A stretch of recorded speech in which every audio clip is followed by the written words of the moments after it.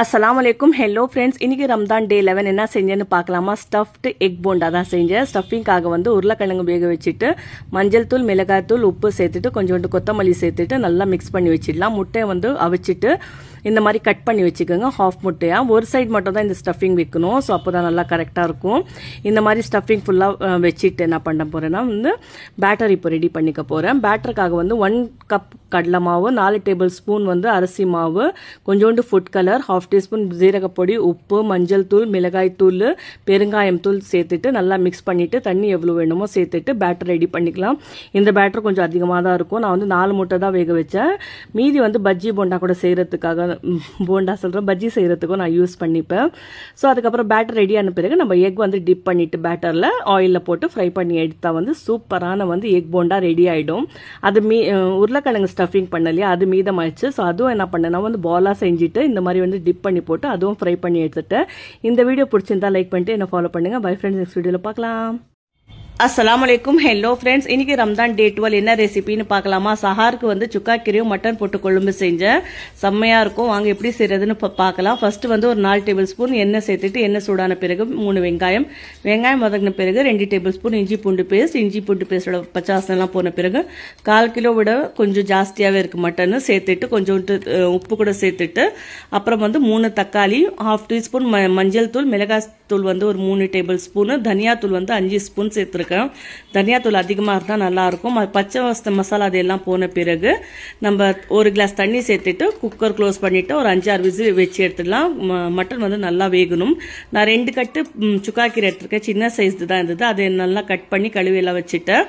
சில பேர் வந்து சுக்கா கீரை சேர்ப்பாங்க, சில பேர் வந்து புளிச்சை கீரையில கூட செய்வாங்க. இது செம்மையா இருக்கும். அப்புறம் வந்து ஒரு 3 பத்த தேங்காய் வந்து அரைச்சி சேர்த்துட்டு நல்லா இது கொதிக்க வச்சு கீரை வெந்துடுச்சுன்னா வந்து நம்மளுடைய சுக்கா கீரையும் மட்டன் போட்ட கொழும்பு ரெடி. இதுக்கு வந்து தொட்டுக்க எதுவுமே தேவையில்லைங்க. அப்பளமும் கருவாடு வச்சு சாப்பிட்டீங்கன்னா செம்மையா இருக்கும்.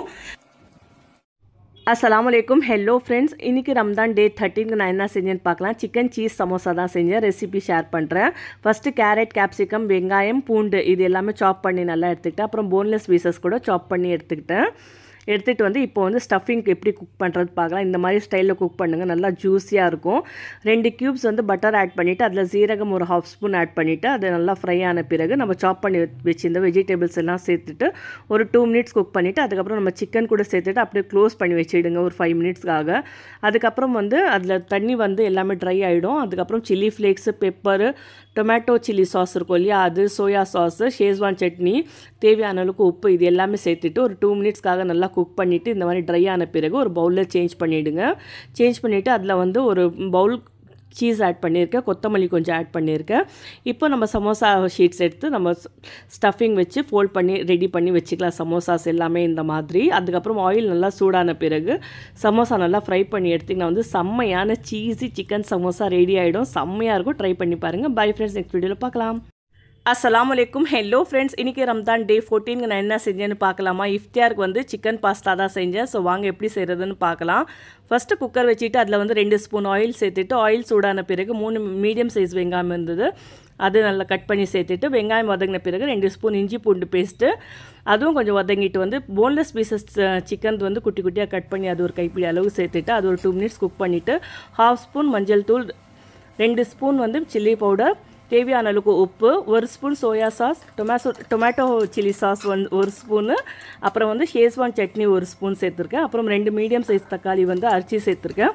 தக்காளி வந்து அரைச்சி சேர்த்திங்கன்னா என்ன ஆகும், நான் வந்து ஆறின பிறகு அப்படியே கெட்டி ஆகிடும் இல்லையா, அந்த மாதிரி ஆகாது.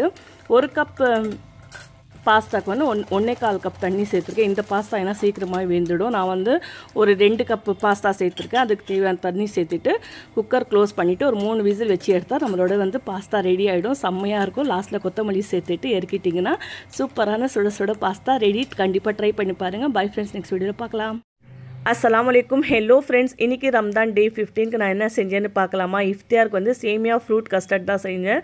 ஸோ வாங்க எப்படி செய்கிறதுன்னு பார்க்கலாம். ஃபஸ்ட்டு ஒரு கடாயில் வந்து 2 ஸ்பூன் நெய் ஆட் பண்ணிவிட்டு நெய் சூடான பிறகு ஒரு கைப்பிடி அளவுக்கு சேமியா சேர்த்துட்டு ஒரு 2 மினிட்ஸ்க்காக வந்து நெய்லியே நல்லா ஃப்ரை பண்ணிக்கிட்டேன். அதுக்கப்புறம் இதில் வந்து ஒரு 1/2 லிட்டர் பால் சேர்த்துட்டு பால்லேயே வந்து சேமியா வெந்துடணும். சேமியா வெந்துட்ட பிறகு இதில் தேவையான அளவுக்கு சுகர் சேர்த்துட்டு கஸ்டர்ட் பவுடர் வந்து ஒரு 2 டேபிள் ஸ்பூன் வந்து பால்லே நல்லா மிக்ஸ் பண்ணி வைக்கணும், லம்ஸ் இல்லாமல் கொஞ்சம் கூட. அதுவும் சேர்த்துட்டு வந்து பாலில் ஒரு 2 to 3 மினிட்ஸ் குக் பண்ணலாம். கொஞ்சம் வந்து திக்னஸ் வரும் இல்லையா, அது வரைக்கும் குக் பண்ணிவிட்டு ஆஃப் பண்ணிவிட்டு ஃப்ரிட்ஜில் வச்சுடுங்க. நல்லா வந்து சில்ட் ஆகணும். நல்லா சில்ட் ஆன பிறகு இதில் வந்து என்னென்ன ஃப்ரூட்ஸ்லாம் உங்களுக்கு தேவையோ அந்த ஃப்ரூட்ஸ்லாம் நீங்கள் சேர்த்துக்கலாம். நான் வந்து மாதுளை பழம், apple, banana, grapes, blueberries, strawberries சேர்த்துருக்கேன். அப்புறம் வந்து ட்ரை நட்ஸ் கொஞ்சம் நல்லா அதிகமாகவே சேர்த்துக்குங்க. நல்லா மெலிசாக கட் பண்ணிவிட்டு அது பைட்ஸ் வாயில் வர சொல்ல நல்லாயிருக்கும். ஸோ அவ்வளோதாங்க, நம்மளோட சேமியா ஃப்ரூட் கஸ்டர்ட் ரெடி. ஸோ இந்த வீடியோ பிடிச்சிருந்தா லைக் பண்ணுங்கள். Bye friends. அஸ்ஸலாமு அலைக்கும். Hello friends. இன்றைக்கி ரம்தான் டே 16 நான் என்ன செஞ்சேன்னு பார்த்தீங்கன்னா வந்து ஹெல்த்தியான கடல் பாசி தான் செஞ்சேன். இதில் கொஞ்சம் கூட சுகரே இல்லை. ஸோ வாங்க எப்படி செய்கிறதுன்னு பார்க்கலாம். ஸ்வீட்னஸ்க்காக வந்து பேரிச்சப்பழம் எடுத்திருக்கேன், நல்லா ஒரு பவுல் ஃபுல்லாகவே எடுத்திருக்கேன். அதுக்கப்புறம் முந்திரி பாதாம் தேவையான அளவுக்கு சேர்த்துட்டு பாலில் வந்து ஊற வச்சுட்டேன். உங்களுக்கு எவ்வளோ முந்திரி பாதாம் தேவையோ அவ்வளோ சேர்த்துக்குங்க. ஊற வச்சு அரைச்சி எடுத்துக்குங்க. அதுக்கப்புறம் குக் பண்ணுறதுக்கு ஃபஸ்ட்டு ஒரு 1/2 லிட்டர் பால் வந்து சூடு பண்ணுறதுக்காக வச்சுட்டேன். இன்னொரு சைடில் வந்து 10 கிராம் அகர் அகர் வந்து முழுகிற அளவுக்கு தண்ணி சேர்த்துட்டு மெல்ட் பண்ணி வச்சுடுங்க.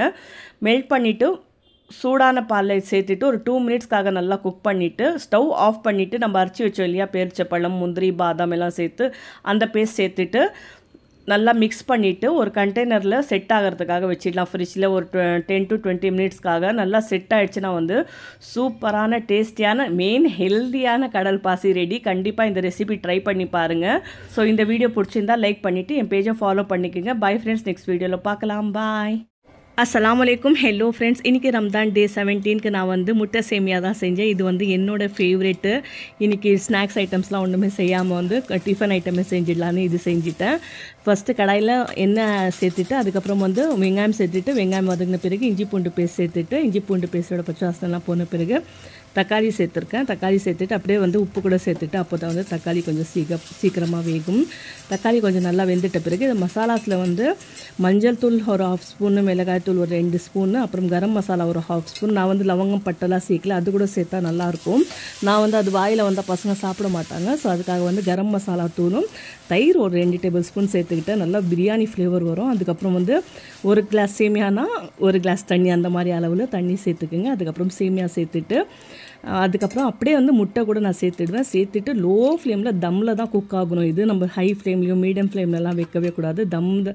தம்மில் வந்து குக் பண்ணால் தான் நல்லாயிருக்கும். லோ ஃப்ளேமில் வச்சு ஒரு 10 மினிட்ஸ் குக் பண்ணிங்கன்னா சூப்பராக உதிரியாக நம்மளோட முட்டை சேமியா ரெடி. பை ஃப்ரெண்ட்ஸ், நெக்ஸ்ட் வீடியோவில் பார்க்கலாம். அஸ்ஸலாமு அலைக்கும். Hello friends. இன்றைக்கி ரம்தான் டே 18க்கு நான் வந்து சிக்கன் கட்லெட் தான் செஞ்சேன். ஸோ வாங்க இதோட ரெசிபி பார்க்கலாம்.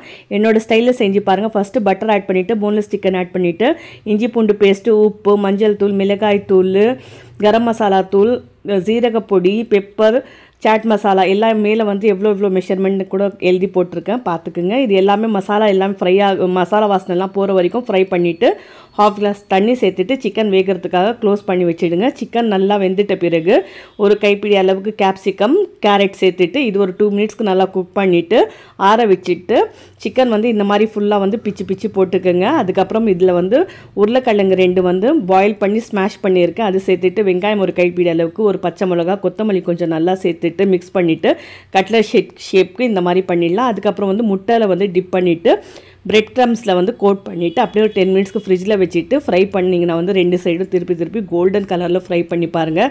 இது என்னோடய மெத்தடு. இந்த மெத்தட் கண்டிப்பாக ட்ரை பண்ணி பாருங்கள். அவ்வளோ டேஸ்டியாக ஜூஸியாக இருக்கும். 2 சைடும் ஃப்ரை பண்ணிட்டிங்கன்னா நம்மளோட சிக்கன் கட்லெட் ரெடி. இந்த வீடியோ பிடிச்சிருந்தா லைக் பண்ணுங்கள். பாய். அஸ்ஸலாமு அலைக்கும். Hello friends. ரம்தான் டே 19க்கு நான் என்ன செஞ்சேன்னு பார்க்கலாம். பீனட் சாலட் தான் செஞ்சேன். பீனட்ஸ் எல்லாமே வந்து ஒரு 2 ஹவருக்கு ஊற வச்சுருந்தேன். அது குக்கரில் சேர்த்துட்டு தண்ணியோடவே சேர்த்துட்டேன். ஒரு 1/2 கிளாஸ் அந்த மாதிரி தண்ணி இருக்கும். குக்கரில் ஒரே ஒரு விசில் விட்டு எடுத்துடலாம். அதுக்கப்புறம் பீனட்ஸ் எல்லாமே ஃபில்டர் பண்ணி ஒரு பவுலில் சேர்த்துக்கிட்டு குக்கும்பர் நல்லா பெரிய குக்கும்பர் வந்து கட் பண்ணி சேர்த்துருக்கேன் ஃபுல்லாகவே. அதுக்கப்புறம் சின்ன தக்காளி வந்து சீட்ஸ் எல்லாம் எடுத்து சேர்த்துருக்கேன். அப்புறம் பொடிசாக நறுக்குனா ஒரு மீடியம் சைஸ் 2 வெங்காயம் சேர்த்துருக்கேன். அதுக்கப்புறம் உப்பு, மிளகாய்த்தூள், ஜீரகப்பொடி வந்து வறுத்து அரைச்சி வைப்போம் இல்லையா, அந்த மாதிரி ஜீரகப்பொடி ஒரு 1/2 ஸ்பூனு, சாட் மசாலா 1 ஸ்பூன் சேர்த்துட்டு நல்லா மிக்ஸ் பண்ணிக்கிறேன். இது நேற்று நான் எதுக்கு வீடியோ போடல, நான் வந்து எனக்கு கோல்டு வாய்ஸ் ஓவர் பண்ணவே முடியல. ஸோ நாளைக்கு காலையில் ஒரு வீடியோ, அப்புறம் நாளைக்கு நைட் ஒரு வீடியோஸ் அந்த மாதிரி போட்டுறேன். ஸோ இது எல்லாமே நல்லா மிக்ஸ் பண்ணிவிட்டு கடைசியாக வந்து ஒரு 1/2 லெமனோட ஜூஸ் வந்து பிழிஞ்சு சேர்த்துக்குங்க.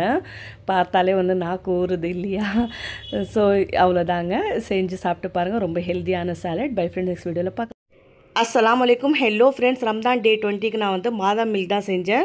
அது எப்படி செய்கிறதுன்னு பார்க்கலாம். ஒரு சின்ன பவுல் ஃபுல்லாக பாதாம் வந்து ஒரு 10 மினிட்ஸ்க்காக ஹாட் வாட்டரில் ஊற வச்சுட்டு தோல் இல்லாமல் எடுத்துகிட்டு ஜாரில் சேர்த்து அரை கிளாஸ் பாலும் சேர்த்துட்டு நல்லா ஃபைனாக அரைச்சி எடுத்துக்கலாம். இந்த மாதிரி ஒரு கடாயில் வந்து 1/2 லிட்டர் பால் சூடு பண்ணுறதுக்காக சேர்த்துட்டு கொஞ்சோண்டு குங்குமம் பூ அந்த எல்லோயிஷ் கலர் வரணும் இல்லையா, அதுக்காக தேவைக்கேற்ற சுகர் சேர்த்துட்டு நல்லா சூடு பண்ணிவிட்டு அதுக்கப்புறம் ஒரே ஒரு ஸ்பூன் வந்து கஸ்டர்ட் பவுடர் பாலில் சேர்த்து மிக்ஸ் பண்ணிவிட்டு லம்ஸ் இல்லாமல் அதுவும் சேர்த்து அதுக்கப்புறம் வந்து பாதாம் அரைச்சதும் சேர்த்துட்டு ஒரு 2 மினிட்ஸ்க்காக நல்லா குக் பண்ணிக்கலாம்.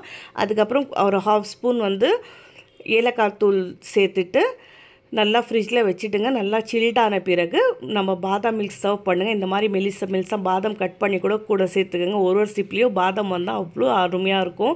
கண்டிப்பாக இது இஃப்தியாருக்கு ட்ரை பண்ணி பாருங்கள். பை ஃப்ரெண்ட்ஸ், நெக்ஸ்ட் வீடியோவில் பார்க்கலாம். பாய்.